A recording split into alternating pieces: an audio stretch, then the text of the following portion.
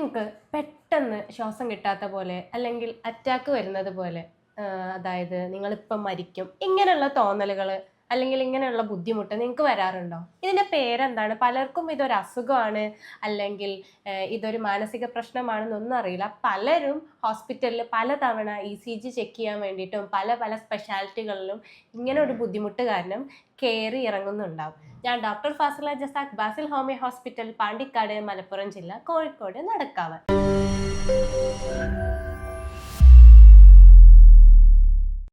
ഇന്ന് നമ്മൾ സംസാരിക്കാൻ പോകുന്നത് പാനിക് അറ്റാക്ക് അല്ലെങ്കിൽ ആങ്സൈറ്റി അറ്റാക്ക് എന്നാണ്. ഈയിടെയായിട്ട് ഇത്തരത്തിലുള്ള ബുദ്ധിമുട്ട് കൂടുതലായിട്ട് കാണാൻ തുടങ്ങിയിട്ടുണ്ട്. ഇതിന് കാരണം നമ്മളെ ലൈഫ് സ്റ്റൈൽ മാറി നമുക്കുള്ള ബുദ്ധിമുട്ടോ അല്ലെങ്കിൽ നമ്മുടെ പ്രശ്നങ്ങളോ ആരോടും തുറന്ന് സംസാരിക്കുന്നില്ല. ഇപ്പോൾ എനിക്കാണെങ്കിൽ പോലും നിങ്ങൾക്കാണെങ്കിലും എന്തെങ്കിലും ഒരു ടെൻഷൻ അല്ലെങ്കിൽ ദേഷ്യം വന്നു കഴിഞ്ഞാൽ നമ്മൾ എന്ത് ചെയ്യും? ഒരു സൈഡിൽ പോയിട്ട് നമ്മൾ ആ ഫോണിൽ നോക്കിയിരിക്കും. നമ്മളത് ആരോടും എക്സ്പ്രസ് ചെയ്യുന്നില്ല. അപ്പോൾ നമുക്ക് എന്തെങ്കിലും മാനസികമായിട്ടുള്ള ബുദ്ധിമുട്ട്, സ്ട്രെസ്സ് ഇതൊക്കെ വരുമ്പോൾ നമ്മൾ ഒരാളോട് ഷെയർ ചെയ്യാതെ അതിന് പകരം എന്താണ്, നമ്മളത് അടക്കി വെക്കുകയാണ്. അപ്പോൾ അടക്കി വെക്കുമ്പോൾ നമ്മുടെ ശരീരത്തിൽ ഇതെങ്ങനെയെങ്കിലുമൊക്കെ ശരീരം അത് പ്രകടിപ്പിക്കും. ഇതൊന്ന് പുറത്ത് കളയാൻ ശ്രമിക്കുമ്പോൾ നമുക്ക് എന്ത് ചെയ്യും? ശ്വാസം കിട്ടാത്ത പോലെ നമ്മളിങ്ങനെ ശ്വാസം വലിക്കും, നമ്മൾ ആകെ വിയർക്കും, നമുക്ക് തല കറങ്ങുന്ന പോലെ തോന്നും, നമ്മളിപ്പോൾ മരിക്കാൻ പോകാൻ തോന്നും, പലരും തല കറങ്ങി വീഴും, ചിലവർക്ക് നമ്മളെ ഫിറ്റ്സ് ഉണ്ടല്ലോ, നമ്മളെ അപസ്മാരം അതുപോലുള്ള ലക്ഷണങ്ങൾ വരും, ചിലവർക്ക് ജസ്റ്റ് ഇങ്ങനെ ഹൃദയം ഇങ്ങനെ ഇടിക്കുന്നത് പടപടാന്നിടിക്കും. പല പേഷ്യൻസും പറയുന്നത്, ഡോക്ടർ എൻ്റെ ഹൃദയം ഇടിക്കുന്നത് എനിക്ക് കാണാൻ പറ്റും. നമ്മളടുത്ത് അവർ വരുമ്പോൾ നമുക്കൊന്നും കാണില്ല, പക്ഷെ അവർക്കത് അത്രയും ഫീൽ ചെയ്യുന്നത് കൊണ്ടാണ് അവരങ്ങനെ പറയുന്നത്. പാനിക് അറ്റാക്ക് എന്ന് പറഞ്ഞാൽ ഞാൻ ഇതുവരെ പറഞ്ഞ ലക്ഷണങ്ങൾ, അതായത് നിങ്ങൾക്കൊരു കാര്യം ചെയ്യാൻ പോകുമ്പോൾ അമിതമായിട്ടുള്ള ഭയം, എന്തെങ്കിലും സംഭവിക്കുമോ എന്നുള്ള പേടി, ശ്വാസം കിട്ടായ്മ, എന്നാൽ നിങ്ങൾക്ക് ആസ്മയോ മറ്റുള്ള ബുദ്ധിമുട്ടുകളോ ഒന്നും തന്നെ ഇല്ല, അല്ലെങ്കിൽ തലകറക്കം, ഹൃദയം പടപടാന്നിടിക്കുന്നു, കൈകാലുകൾ വിറക്കുന്നു, അല്ലെങ്കിൽ ശരീരം അമിതമായിട്ട് ഒരു കാരണവുമില്ലാതെ വേദനിക്കുന്നു. ഇത്തരത്തിലുള്ള രണ്ടോ മൂന്നോ, ഈ പറഞ്ഞ ഏതെങ്കിലും രണ്ടോ മൂന്നോ ലക്ഷണങ്ങൾ ഉണ്ടെങ്കിൽ നിങ്ങൾക്ക് ഒരു പക്ഷേ പാനിക് അറ്റാക്ക് ആകാം. ഇതെല്ലാം പാനിക് അറ്റാക്ക് ആണെന്ന് ഞാൻ പറയുന്നില്ല. അതായത് നമുക്ക് നെഞ്ചുവേദന വന്നിട്ട് നിങ്ങൾക്ക് ആർക്കെങ്കിലും നെഞ്ചുവേദന വരിക, അല്ലെങ്കിൽ നിങ്ങൾക്ക് തന്നെ നെഞ്ചുവേദന വന്നിട്ടുണ്ടാവില്ലേ? അപ്പോൾ അതിൽ എങ്ങനെയാണോ ലക്ഷണങ്ങൾ കാണുന്നത് അതുപോലെയാണ് എന്ത് പാനിക് അറ്റാക്ക് അല്ലെങ്കിൽ ആങ്സൈറ്റി അറ്റാക്കിൻ്റെ ലക്ഷണങ്ങൾ. അപ്പോൾ നെഞ്ചുവേദന വന്ന് അല്ലെങ്കിൽ ഒരു ആൻജിയോഗ്രാം ഒക്കെ കഴിഞ്ഞ പേഷ്യൻസ് എനിക്ക് വരാറുണ്ട്.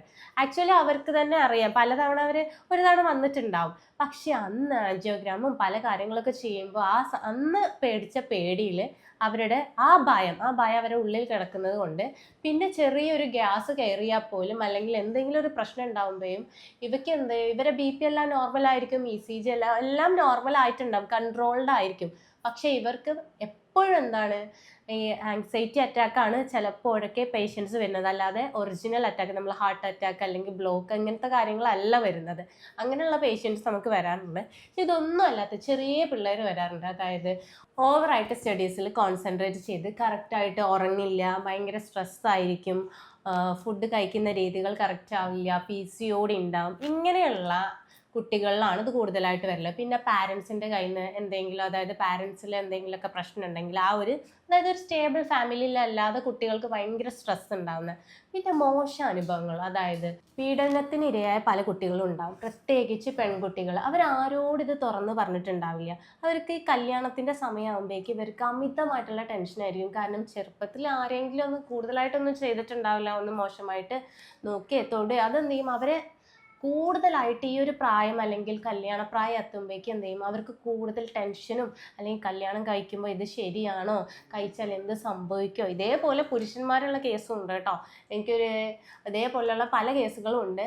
സ്ത്രീകൾക്ക് മാത്രമല്ല, പുരുഷന്മാരിൽ ഇതുപോലെ മോശമായിട്ടുള്ള അനുഭവങ്ങൾ ഉണ്ടായ പുരുഷന്മാരെ എനിക്ക് വരാറുണ്ട്. അതായത് അവരൊരു 26-27 വയസ്സായ പുരുഷന്മാരെ. അതുകൊണ്ട് എനിക്കിത് ഭയങ്കര പേടിയാണ്, എനിക്കതിനെക്കുറിച്ച് ആലോചിക്കുമ്പോൾ തന്നെ ഞാൻ എന്തോ തെറ്റ് ചെയ്യുകയാണ്, അങ്ങനെ കല്യാണത്തിനെ കുറിച്ച് ആലോചിക്കുമ്പോഴേക്കും എന്താണ്, ഇതേപോലെ ശ്വാസം കിട്ടായ്മ, ജോലിക്ക് പോകാൻ പറ്റുന്നില്ല, ഒരു പുരുഷനടുത്ത് വരുമ്പോഴേക്കും, അല്ലെങ്കിൽ കാരണം അവർ പുരുഷന്മാരാണ്. എനിക്കിപ്പോൾ ഒരു കേസ് തന്നെ, അയാളെ ഉപദ്രവിച്ചിട്ടുള്ളത് ഒരു പുരുഷൻ തന്നെയാണ്, ഏതോ ഒരു ഹോസ്റ്റലിൽ നിന്നപ്പോൾ ഉപദ്രവിച്ചതാണ്. അപ്പോൾ അയാൾക്ക് പുരുഷന്മാരോട് മിണ്ടാൻ പോലും പേടിയാണ്. ഇയാളൊരു പുരുഷനാണ്, പക്ഷെ ഒരു പുരുഷന്മാർ കൂടുതൽ അടുക്കുകയോ ഇങ്ങനെയൊക്കെ ആകുമ്പോഴേക്ക് ഇയാൾക്ക് ശ്വാസം കിട്ടാതെ ആവും. അത് കാരണം ഇയാൾക്ക് ഇൻ്റർവ്യൂ അറ്റൻഡ് ചെയ്യാൻ പറ്റില്ല.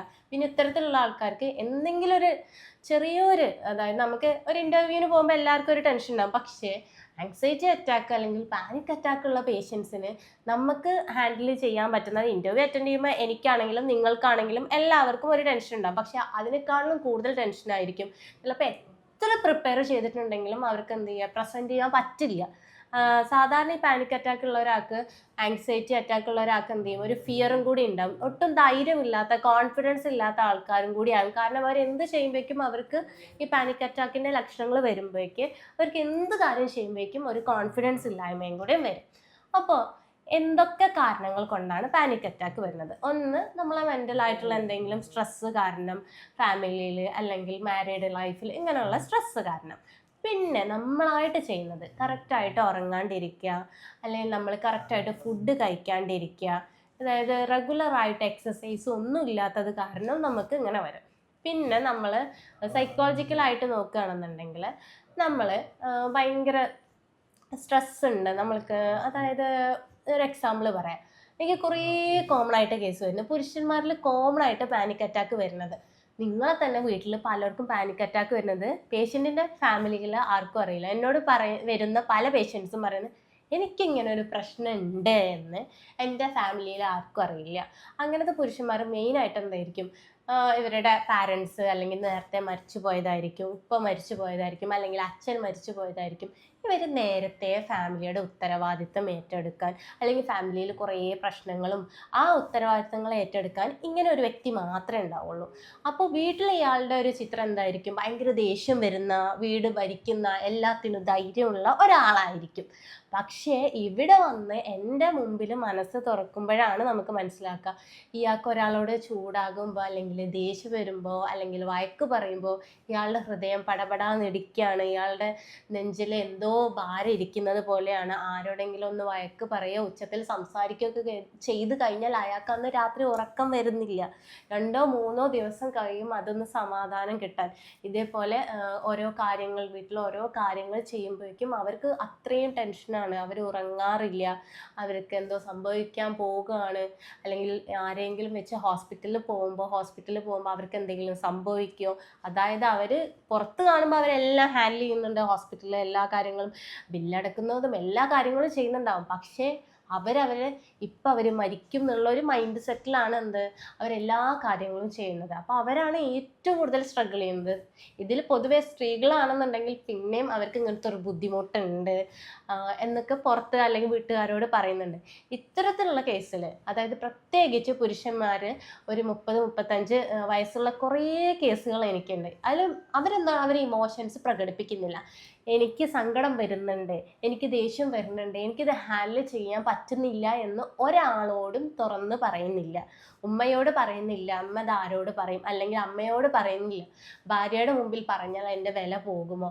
ഇങ്ങനെ ഇത് കാരണം എന്ത് ചെയ്യും, ഇവർ പുറത്തത് കാണിക്കുന്നത് വെറും ദേഷ്യമായിട്ടായിരിക്കും, അല്ലെങ്കിൽ ആരോടും സംസാരിക്കാത്തൊരു വ്യക്തിയായിട്ടായിരിക്കും. പക്ഷേ നിങ്ങൾ ഇതേപോലത്തെ ഒരു വ്യക്തിയാണെന്നുണ്ടെങ്കിൽ, ഇതുപോലുള്ള ഒരു ബുദ്ധിമുട്ടുള്ള ഒരാളാണെങ്കിൽ, ആദ്യം നിങ്ങൾ ചെയ്യേണ്ടത് നിങ്ങളുടെ ഇമോഷൻസ്, അതായത് നിങ്ങൾക്ക് ദേഷ്യം വരുന്നുണ്ട് അല്ലെങ്കിൽ സങ്കടം വരുന്നുണ്ട്, ഇത് നിങ്ങൾക്ക് ഹാൻഡിൽ ചെയ്യാൻ പറ്റുന്നില്ലെങ്കിൽ നിങ്ങളെ പാർട്ട്ണർ ഉണ്ടെങ്കിൽ പാർട്ട്ണറോട് പറയാം, പാരൻസ് അച്ഛനോ അമ്മയോ ഉണ്ടെങ്കിൽ അവരോട് പറയാം, അല്ലെങ്കിൽ നിങ്ങൾക്ക് ഏട്ടനോ ഏട്ടത്തിയോ അനിയത്തിയോ ആരെങ്കിലും ഉണ്ടെങ്കിൽ അവരോട് പറയാം. നിങ്ങളെ വില കുറയുമോ, അല്ലെങ്കിൽ അവർ കളിയാക്കുമോ, അല്ലെങ്കിൽ നിങ്ങളെ ഫ്രണ്ട്സിനോടൊക്കെ പറയാം. ഇങ്ങനെ പറഞ്ഞു കഴിഞ്ഞാൽ നിങ്ങളുടെ മനസ്സിന് എത്ര ആശ്വാസമാണ് കിട്ടുന്നത് എനിക്കറിയില്ല. അല്ലാണ്ട് നിങ്ങളുടെ എല്ലാ ഇമോഷൻസും ഇങ്ങനെ എടുത്തു വെച്ചാൽ, നമ്മൾ ഇമോഷൻസ് സപ്രസ് ചെയ്യുന്ന ആൾക്കാർക്കാണ് കൂടുതലായിട്ട് ഈ ബുദ്ധിമുട്ട് വന്ന് എനിക്ക് മനസ്സിലായിട്ടുള്ളത്. ആ ഇമോഷൻസ് സപ്രസ് ചെയ്യുമ്പോൾ ശരീരത്തിൽ പല ഹോർമോൺ വ്യതിയാനങ്ങളും വരും. ഇപ്പോൾ നമ്മൾ എന്തെങ്കിലും ടെൻഷൻ വരുമ്പോൾ നോർമലി അഡ്രിനാലിൻ എന്ന് പറഞ്ഞ ഹോർമോൺ കൂടുകയാണ്. പക്ഷെ ഇത്തരത്തിലുള്ള ഒരു വ്യക്തിയുടെ ശരീരം എന്ന് വെച്ചാൽ നമ്മളൊരു ഫോൾസ് അലാറായിരിക്കും. അതായത് നമ്മൾ ഓവറായിട്ട് ചെറിയൊരു കാര്യം വരുമ്പോഴേക്കും എന്ത് ചെയ്യും, അലാറം അടിക്കണ പോലെ ആയിരിക്കും. സത്യത്തിൽ ഈ പാനിക് അറ്റാക്ക് ഉള്ള ഒരു വ്യക്തിയുടെ ഒരു പാനിക് അറ്റാക്ക് വരുമ്പോൾ അവരുടെ മൈൻഡ് സെറ്റ് എങ്ങനെയാണെന്ന് അറിയാം. നിങ്ങളിപ്പോൾ നോർമൽ ആയിട്ടുള്ള ആൾക്കാർക്ക് ഇത് പറഞ്ഞാൽ മനസ്സിലാവണ്ട, തനിക്ക് പേടി, വെറുതെ തോന്നുകയാണ്, അങ്ങനെയൊന്നും ഇല്ല എന്നൊക്കെ പറയുന്നുണ്ടാവും. നിങ്ങളൊന്ന് ആലോചിക്കുക, അത് നോർമലായിട്ടുള്ള ആൾക്കാരോടാണ് പറയുന്നത്. നിങ്ങൾക്ക് ഒരു പട്ടി കടിക്കാൻ വന്നു കഴിഞ്ഞാൽ എന്തായിരിക്കും, നിങ്ങൾ ഹൃദയം പടപെടാന്നിടിക്കും, എന്താ ചെയ്യേണ്ടതെന്ന് അറിയില്ല, അത് ആകെ ഒരു കൺഫ്യൂഷനും ആകെ വിയർത്ത് കുളിച്ചിട്ടുണ്ടാവില്ലേ. ഇതേപോലെ ആയിരിക്കും ഇവർ സിമ്പിളായിട്ട് നോർമലായി ഡെയിലി ലൈഫിലെ ഓരോ കാര്യങ്ങൾ, അതായത് ചിലപ്പോൾ അവർക്ക് ചെയ്യാൻ പേടിയുള്ള ചില കാര്യങ്ങൾ, എല്ലാ കാര്യങ്ങൾക്കും പേടി ഉണ്ടാവണമെന്നില്ല, എന്നാൽ ചില വ്യക്തികൾക്ക് എല്ലാ കാര്യത്തിനും പേടിയായിരിക്കും. എന്ത് കാര്യം ചെയ്യുമ്പോഴും ഇതേപോലുള്ള ബുദ്ധിമുട്ടുകൾ ഉണ്ടാവും. അപ്പൊ അവരുടെ എന്താ കൂടുതലായിട്ട്, അതായത് ചെറിയൊരു കാര്യം വരുമ്പോഴേക്കും ഓവറായിട്ട്, അത് പട്ടി കടിക്കാൻ വരുന്നത് കുറച്ച് സീരിയസ്, അല്ലെങ്കിൽ ആന കുത്താൻ വരിക എന്നൊക്കെ പറയുമ്പോൾ കുറച്ച് നമ്മൾ കുറച്ച് കെയർ ചെയ്യേണ്ട കാര്യമാണ്. പക്ഷെ നമ്മളെ എന്ത് ചെയ്യുക, ജസ്റ്റ് വേറെ സിമ്പിളായിട്ട് അപ്പുറത്തെ വീട്ടിൽ പോവുക, അല്ലെങ്കിൽ നമ്മളൊരു പുറത്ത് പോവുക, ഇങ്ങനത്തെ കാര്യങ്ങളൊക്കെ നമ്മൾ ടെൻഷൻ അടിക്കുക. അങ്ങനെ കുറേ പേഷ്യൻസ് വിളിക്കാറുണ്ട്, ഡോക്ടർ എനിക്ക് അടുത്തുള്ള ഒരു ടൗണിൽ പോലും ഒറ്റയ്ക്ക് പോകാൻ വയ്യ, ഉമ്മ വേണം, അല്ലെങ്കിൽ പുരുഷന്മാരാണെങ്കിൽ എനിക്ക് എൻ്റെ ഭാര്യ ഇല്ലാതെ പോകാൻ പറ്റില്ല, ഭാര്യയാണെങ്കിൽ എനിക്ക് എൻ്റെ ഹസ്ബൻഡ് ഇല്ലാതെ പോകാൻ പറ്റില്ല. ഇതൊക്കെ എന്താണ്, ഇങ്ങനെ കുറേ നാൾ പാനിക് അറ്റാക്ക് വന്നു കഴിഞ്ഞാൽ ആ പേഷ്യൻസിന് ജീവിതത്തിലുള്ള കോൺഫിഡൻസ് കുറയും. 4-5 വർഷമായിട്ട് പാനിക് അറ്റാക്കുമായി ബുദ്ധിമുട്ടുന്ന പേഷ്യൻസ് എൻ്റെ അടുത്ത് വന്നു കഴിഞ്ഞാൽ അവർക്ക് ഡിപ്രഷനും സ്റ്റാർട്ട് ചെയ്തിട്ടുണ്ടാവും. കാരണം അവർക്ക് എന്താ സംഭവിക്കുന്നത് അവർക്കറിയില്ല. അവർക്ക് ഏറ്റവും കൂടുതൽ ഉണ്ടാകുന്ന ബുദ്ധിമുട്ട് എന്താ പറയുക, എന്തുകൊണ്ട് എനിക്ക് ബുദ്ധിമുട്ട് വരുന്നു. പാനിക് അറ്റാക്ക് ഉള്ള പേഷ്യൻസ് ഏറ്റവും കൂടുതൽ അവരവരോട് തന്നെ ചോദിച്ചിട്ടുള്ള ഒരു ചോദ്യമായിരിക്കും, എന്തുകൊണ്ട് ഇത് വരുന്നു, എന്തുകൊണ്ട് ഇങ്ങനെ ആകുന്നു, എനിക്ക് എന്ത് ബ്ലഡ് ടെസ്റ്റ് ചെയ്താലും നോർമൽ ആയിരിക്കും. ഇത്തരത്തിലുള്ള വ്യക്തികൾ ഒരു ഏറ്റവും കോമഡി അല്ല, ഏറ്റവും ദുഃഖകരമായിട്ടുള്ള ഒരു കാര്യമാണ്. ഞാൻ ആദ്യം പല പേഷ്യൻസിനോട്, ഡോക്ടർ ഞാൻ ECG ഒക്കെ എടുത്തിട്ട് നോർമലായി എന്ന് പറഞ്ഞാൽ ഞാൻ ചോദിക്കുന്നത്, എത്ര ECG എടുത്തു, 4, 5 അതോ 10? ചിലർ 15, 20 അങ്ങനെയൊക്കെയാണ് വരിക. കാരണം ഇവർക്ക് സമാധാനം കണ്ടെത്തണം, എന്തെങ്കിലും ഒരു അസുഖം ഉണ്ട് എന്ന് കേൾക്കുന്നതായിരിക്കും അവർക്ക് ഏറ്റവും സന്തോഷം. ഞാൻ ചോദിക്കാറുണ്ട്, നിങ്ങൾക്ക് എന്തെങ്കിലും ഒരു അസുഖം ഉണ്ട്, എന്തെങ്കിലും ഒരു ലാബ് റിപ്പോർട്ട് നോർമൽ ആകുന്നതിനെക്കാട്ടിലും ഏറ്റവും സന്തോഷം അതിനെന്തെങ്കിലും ഒരു പ്രശ്നം ഉണ്ടെന്ന് കേൾക്കുന്നതല്ലേ. അതെ, അവർക്ക്, കാരണം അവർക്ക് എന്താണ് രോഗം, ഒരു ബ്ലഡ് ടെസ്റ്റ് നോക്കിയാൽ അവർക്ക് ഒരു പ്രശ്നം ഉണ്ടാവില്ല. ECG നോക്കിയാൽ നോർമൽ, നമ്മൾ EEG നോക്കിയാൽ, അതായത് തലച്ചോറിലെ പ്രവർത്തനം നോക്കിയാൽ അത് നോർമൽ. പക്ഷെ അവർക്ക് തലകറക്കം, തലവേദന, തല പൊക്കാൻ വയ്യ, എപ്പോഴും ക്ഷീണം, ഹൃദയം പടപെടാന്നിടിക്കുന്നു, പക്ഷേ ECG നോർമൽ, ബോഡി ഭയങ്കര വേദന, എല്ലാ ടെസ്റ്റും നോർമൽ, വയറിലെപ്പോഴും ഗ്യാസും പുണ്ണും, ഇതൊക്കെയാണ് എൻഡോസ്കോപ്പി, എല്ലാം നോർമൽ. അവർ ആഗ്രഹിക്കുന്ന എന്താണ്, എന്തെങ്കിലും ഒരു ടെസ്റ്റിൽ എന്തെങ്കിലും പ്രശ്നം ഉണ്ടാകുമെന്നാണ് പല പേഷ്യൻസും ആഗ്രഹിക്കുന്നത്. കാരണം ഇവർ അത്രയും മാനസികമായിട്ടുള്ള ബുദ്ധിമുട്ട് അനുഭവിക്കുന്നുണ്ടാകും. അതുകൊണ്ടാണ് അവർ അത് ആഗ്രഹിക്കുന്നത്. ആരും നമുക്ക് അസുഖം വരണമെന്ന് ആഗ്രഹിക്കുന്നില്ല. പിന്നെയുള്ള പ്രശ്നം, കൂടെയുള്ള ബൈസ്റ്റാൻഡേഴ്സ് അല്ലെങ്കിൽ ഫാമിലി മെമ്പേഴ്സിന്, അല്ലെങ്കിൽ ഒരു അസുഖം വരാത്തൊരു വ്യക്തിക്ക്, അല്ലെങ്കിൽ ഒരു ഡോക്ടർക്ക് അല്ലാതെ മറ്റുള്ളവർക്ക് എന്താണ് പാനിക് അറ്റാക്ക്, ഇതിന് ഇത്രയും ബുദ്ധിമുട്ട് അല്ലെങ്കിൽ ഇത്രയും ഇത് പെരുപ്പിച്ച് പറയേണ്ട ആവശ്യമുണ്ടോ എന്നാണ് തോന്നുക. പക്ഷേ അത് അനുഭവിക്കുന്ന വ്യക്തിക്ക് മനസ്സിലാവും അത്രയൊരു ബുദ്ധിമുട്ടുള്ളതാരും. കാരണം നമുക്കൊരു ബുദ്ധിമുട്ടുണ്ട്, അത് നമ്മളെ ഭ്രാന്ത് അങ്ങനെയൊക്കെ പറയുമല്ലോ, അതായത് മെൻ്റലി അവർ എല്ലാം അറിയുന്നവരും എല്ലാ കാര്യവും, പക്ഷെ അവർക്ക് ഒരു കാര്യം ചെയ്യാൻ പറ്റുന്നുണ്ടാവില്ല. ഇവർ മെൻ്റലി എല്ലാം സ്റ്റേബിൾ ആയിരിക്കും, ഇവർക്ക് ഒരു സൈക്കാട്രിക് കംപ്ലയിൻസും ഇല്ലാത്തതായിരിക്കും, പക്ഷേ ഇവർക്ക് എന്തോ ഒരു പ്രശ്നമുണ്ട്. അതായത് ഇവർക്ക് ഇങ്ങനെ മരിക്കാൻ പോവുക, അല്ലെങ്കിൽ ഒന്ന് മരിച്ചു കിട്ടിയെങ്കിൽ, പലരും ഡിപ്രഷൻ എത്തി സൂയിസൈഡ് വരെ എത്തിയിട്ടുണ്ടാവും. പല പേഷ്യൻസും ഡിപ്രഷൻ കാരണം ഇനി എനിക്ക് വയ്യ, ഇത് മാറുമോ, ഇത് പല കേസ്. അധികം നമുക്ക് പേഷ്യൻസിന് മെഡിസിൻ്റെ കൂടെ ഇനി ഞാൻ പറയുന്ന കുറച്ച് കാര്യങ്ങളിലൂടെയാണ് ചെയ്യേണ്ടത്. എക്സസൈസ് മസ്റ്റാണ്. നമ്മൾ സ്ലീപ്പ് ഹൈജീൻ, അതായത് ഉറങ്ങുന്ന കാര്യങ്ങൾ കൃത്യമായിട്ട് ഉറങ്ങണം. പക്ഷെ പല പേഷ്യൻസിനും ഉറക്കം എത്ര ശ്രമിച്ചാലും കിട്ടാത്ത കേസുകളും ഉണ്ടാവാറുണ്ട്. ഒരു രാത്രി കൃത്യസമയത്ത് ഉറങ്ങുക, ഒരു 8 മണിക്കൂർ എന്തായാലും ഉറങ്ങാൻ ശ്രമിക്കുക. ഫുഡ് കഴിക്കുമ്പോൾ നല്ല ഹൈജീൻ ആയിട്ടുള്ള ഹെൽത്തി ആയിട്ടുള്ള ഫുഡ് കഴിക്കാൻ ശ്രമിക്കുക. ഞാൻ പേഷ്യൻസിനോട് പറയുന്നത്, ബ്രീത്തിങ് എക്സസൈസ് എന്ന് പറയുന്നത് നിങ്ങൾക്കൊരു മെഡിസിനാണ്. നിങ്ങൾക്ക് ഞാനൊരു മെഡിസിൻ തരുന്നതിന് പകരമാണ് നിങ്ങളോട് ഞാൻ ബ്രീത്തിങ് എക്സസൈസ് ചെയ്യാൻ പറയുന്നത്. അത്രയ്ക്ക് ഇമ്പോർട്ടൻസ് ഉണ്ട് ബ്രീത്തിങ് എക്സസൈസിന്. ഇത് കാരണം നിങ്ങൾക്ക് നിങ്ങളുടെ ബ്രെത്ത് കൺട്രോൾ ചെയ്യാനും പറ്റും, നിങ്ങളുടെ ടെൻഷൻ കുറയ്ക്കാനും. അതായത് നമുക്ക് ടെൻഷൻ വരുമ്പോൾ നമുക്കൊരു ഹോർമോണിൻ്റെ അളവ് കൂടുന്നുണ്ട്, ആ ഹോർമോണിൻ്റെ അളവ് ഒരു പരിധി വരെ കുറയ്ക്കാൻ ഈ ബ്രീത്തിങ് എക്സസൈസ് ഹെൽപ്പ് ചെയ്യും. അപ്പോൾ ഇത്തരത്തിലുള്ള ബുദ്ധിമുട്ടുണ്ടെങ്കിൽ നിങ്ങൾ ചെയ്യേണ്ട ഈ കാര്യം ചെയ്യുക. ഈ ഒരു ടിപ്പ് നിങ്ങൾ ഫോളോ ചെയ്തിട്ട് മാറിയിട്ടില്ലെങ്കിൽ നിങ്ങൾ എന്നെ കോൺടാക്ട് ചെയ്താൽ മതി.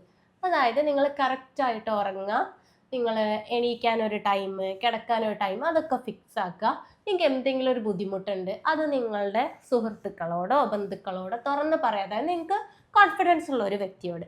ഇനി അങ്ങനെ ഒരാളില്ല എങ്കിൽ അത് നിങ്ങളൊരു ഡയറി എടുത്തിട്ട് എന്താണ് നിങ്ങളുടെ പ്രശ്നം എന്ന് നിങ്ങൾ എഴുതാം. പിന്നെ നിങ്ങൾ ബ്രീത്തിങ് എക്സസൈസ് രാവിലെയും വൈകിട്ടും 5-10 മിനിറ്റോ ചെയ്യാം. ഇങ്ങനെ നിങ്ങൾ ഒരാഴ്ച കണ്ടിന്യൂസ് ആയിട്ട് ചെയ്യാം. ഇങ്ങനെ ചെയ്യുമ്പോൾ നിങ്ങൾക്ക് എന്തായാലും നിങ്ങളുടെ പാനിക് അറ്റാക്കിൻ്റെ ബുദ്ധിമുട്ട് അല്പമെങ്കിലും കുറഞ്ഞിരിക്കും. അങ്ങനെ നിങ്ങൾക്ക് കുറഞ്ഞിട്ടില്ലെങ്കിലോ അല്ലെങ്കിൽ ഇതിന് കൂടുതൽ ട്രീറ്റ്മെൻറ്റോ എന്തെങ്കിലും ഡൗട്ട്സോ ഉണ്ടെങ്കിൽ താഴെ കാണുന്ന എൻ്റെ വാട്സപ്പ് നമ്പറിൽ ബന്ധപ്പെടാവുന്നതാണ്. ഞാൻ doctor Fasila Jasad, Basil homeo hospital, Pandikkad, Malappuram ജില്ല.